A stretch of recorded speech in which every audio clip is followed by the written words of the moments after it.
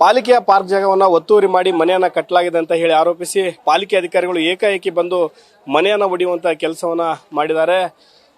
ಸದ್ಯ ನಾವು ದಾವಣಗೆರೆಯ ದೇವರಾಜ ಅರಸು ಬಡಾವಣೆ ಹತ್ರ ಇದೀವಿ. ಇಲ್ಲಿ ಮನೆಯನ್ನ ಒಡೆದಿರುವಂತದ್ದು ನೀವು ನೋಡ್ತಿರ್ಬೋದು.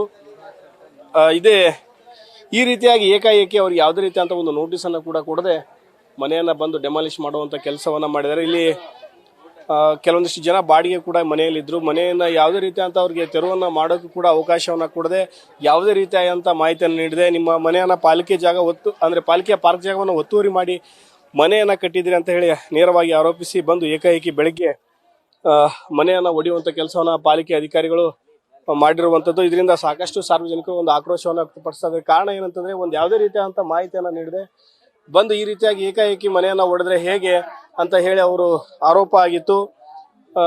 ನೀವೊಂದು ಮಾಹಿತಿಯನ್ನ ಕೊಟ್ಟಿದ್ರೆ ನಾವು ಅಷ್ಟೊತ್ತಿಗೆ ಇರುವಂತ ಮನೆಯಲ್ಲಿರುವ ಸಾಮಾನುಗಳನ್ನ ತೆರವು ಮಾಡುವಂತ ಕೆಲಸವನ್ನ ಮಾಡ್ತೀರಿ. ಬಂದು ಯಾವುದೇ ರೀತಿಯಂತ ನಮಗೆ ಮಾಹಿತಿಯನ್ನ ನೀಡಿದೆ ಏಕಾಏಕಿ ಈ ರೀತಿಯಾಗಿ ಮನೆ ಒಡೆದ್ರೆ ಹೇಗೆ, ಈ ರೀತಿಯಾಗಿ ಅವ್ರನ್ನ ಈಗ ಹಿಂದಿರುವಂತ ಬಿಲ್ಡಿಂಗ್ ಇದೆಯಲ್ಲ, ಈ ಸಂಪೂರ್ಣವಾಗಿ ಪಾಲಿಕೆಯ ಪಾರ್ಕ್ ಜಾಗ ಅಂತ ಇದು. ಸಂಪೂರ್ಣ ಪಾಲಿಕೆ ಜಾಗದಲ್ಲೇ ಮನೆಯನ್ನ ಒತ್ತುವರಿ ಮಾಡಿ ಕಟ್ಟಲಾಗಿದೆ ಅಂತ ಹೇಳಿದ್ರೆ ಇಲ್ಲಿ ಸುಮಾರು 11ರಿಂದ 12 ಕುಟುಂಬಗಳು ಈಗಾಗಲೇ ವಾಸ ಮಾಡ್ತದೆ. ಈಗ 16 ಕುಟುಂಬಗಳು ವಾಸ ಮಾಡ್ತಾ ಇದೆ. ಅವರು ಸಾಕಷ್ಟು ಆಕ್ರೋಶವನ್ನು ವ್ಯಕ್ತಪಡಿಸ್ತಾ ಇದ್ದಂತೆ ಅರ್ಧಂಬರ್ಧ ಈಗ ಮನೆಯನ್ನ ಒಡೆದು ಈಗ ಅಲ್ಲಿ ಜಾಗ ಖಾಲಿ ಮಾಡುವಂತ ಕೆಲಸ ಮಾಡಿದ್ದಾರೆ ಮತ್ತು 2 ದಿನಗಳ ಗಡುವನ್ನ ಕೊಟ್ಟಿದ್ದಾರೆ.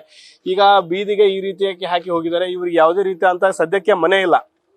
ಈ ಕುಟುಂಬಸ್ಥರೇನೀಗ ಸದ್ಯಕ್ಕೆ ಮನೆ ಇಲ್ಲ, ಏನಿಲ್ಲ. ಈಗ ಏಕಾಏಕಿ ಬಂದು ಯಾವುದೇ ರೀತಿ ಅಂತ ಮಾಹಿತಿಯನ್ನ ಕೊಡದೆ ಈಗ ಮನೆಯಿಂದ ಆಚೆ ಹಾಕಿ ಈ ರೀತಿ ಮಾಡಿದ್ರೆ ಈಗ ಈ ಕುಟುಂಬ ಎಲ್ಲಿ ಹೋಗ್ಬೇಕು?